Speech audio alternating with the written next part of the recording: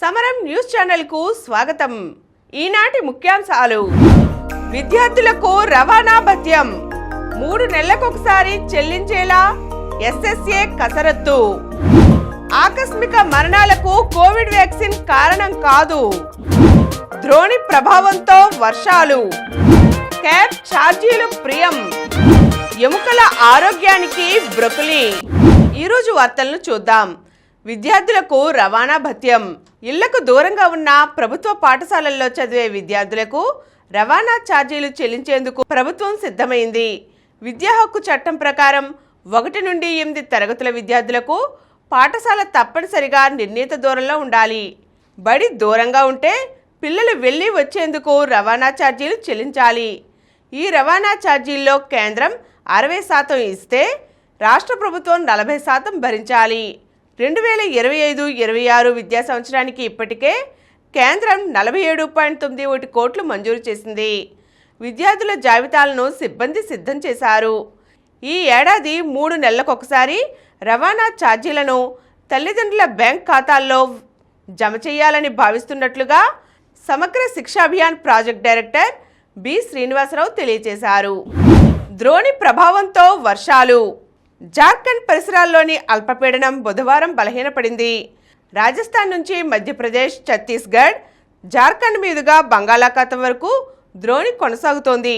దీని ప్రభావంతో రాబోయే 3 రోజుల్లో రాష్ట్రంలోని పలు ప్రాంతాల్లో తేలికపాటి నుంచి మోస్తరు వర్షాలు కురిసే అవకాశం ఉంది.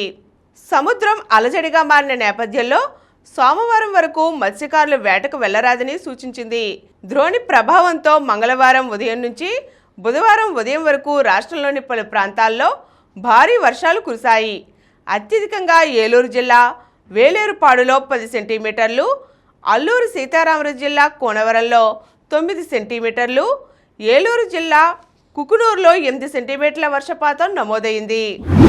ఆకస్మిక మరణాలకు కోవిడ్ వ్యాక్సిన్ కారణం కాదు. యుక్త వయసు వారి ఆకస్మిక మరణాలకు జీవనశైలి, ముందస్తు ఆరోగ్య సమస్యలే కారణం తప్పితే కోవిడ్ వ్యాక్సిన్ కాదని కేంద్ర వైద్య ఆరోగ్య శాఖ స్పష్టం చేసింది. భారతీయ వైద్య పరిశోధనా మండలి ఢిల్లీ ఎయిమ్స్ నిర్వహించిన 2 అధ్యయనాల ద్వారా ఈ విషయం తేలిందని స్పష్టం చేసింది. దేశీయంగా తయారైన కోవిడ్ వ్యాక్సిన్లు సురక్షితంగా, సమర్థంగా పనిచేస్తున్నాయని, తీవ్ర దుష్పరిణామాలు సంభవించిన ఉదంతాలు అత్యంత అరుదుగా కనిపించాయని చెప్పింది. ఐసీఎంఆర్ జాతీయ రోగ నియంత్రణ కేంద్రం ఈ అధ్యయనాలను వెల్లడించింది. ఒక్క హసన్ జిల్లాలోనే గుండె సంబంధిత సమస్యలతో నెలలో 20 మంది మరణించడాన్ని కోవిడ్ టీకాతో ముడిపెడుతూ కర్ణాటక సీఎం సిద్ధరామయ్య చేసిన వ్యాఖ్యల నేపథ్యంలో ఈ మేరకు బుధవారం ప్రకటన విడుదల చేసింది. క్యాబ్ ఛార్జీలు ప్రియం. రోజువారీ పనుల కోసం క్యాబ్లలో ప్రయాణిస్తున్న వారికి షాక్ కలిగించే పరిణామం ఇది. రద్దీ వేళల్లో బేస్ ఛార్జీపై రెట్టింపు వరకు వసూలు చేసుకునేందుకు ఊబర్, ఓలా, ర్యాపిడో వంటి క్యాబ్ అగ్రిగేటర్లకు రహదారి మంత్రిత్వ శాఖ అనుమతినిచ్చింది. ఇప్పటి వరకు ఇది 1.5 రెట్లుగా ఉంది. రద్దీ లేని వేళల్లో ఛార్జీ బేస్ ధరలో కనీసం 50% వసూలు చేసుకోవచ్చు. తాజాగా విడుదల చేసిన మోటార్ వెహికల్స్ అగ్రిగేటర్ గైడ్లైన్స్ 2025లో ఈ అనుమతులను మంత్రిత్వ శాఖ ఇచ్చింది. డెడ్ మైలేజీని భర్తీ చేసేందుకు కనీసం 3 కిలోమీటర్ల వరకు బేస్ ఛార్జీ వసూలు చేస్తారు. ప్రయాణికుడు లేకుండా ప్రయాణించిన దూరం, ప్రయాణికుడిని ఎక్కించుకోవడానికి ప్రయాణించిన దూరానికి వాడిన ఇంధనాన్ని డెడ్ మైలేజీగా పరిగణిస్తారు. సంబంధిత విభాగం లేదా మోటారు వాహనాలను బట్టి రాష్ట్ర ప్రభుత్వాలు నోటిఫై చేసిన ఛార్జీలనే అగ్రిగేటర్ నుంచి సేవలు పొందే ప్రయాణికులకు వసూలు చేసే బేస్ ఛార్జీ అవుతుంది.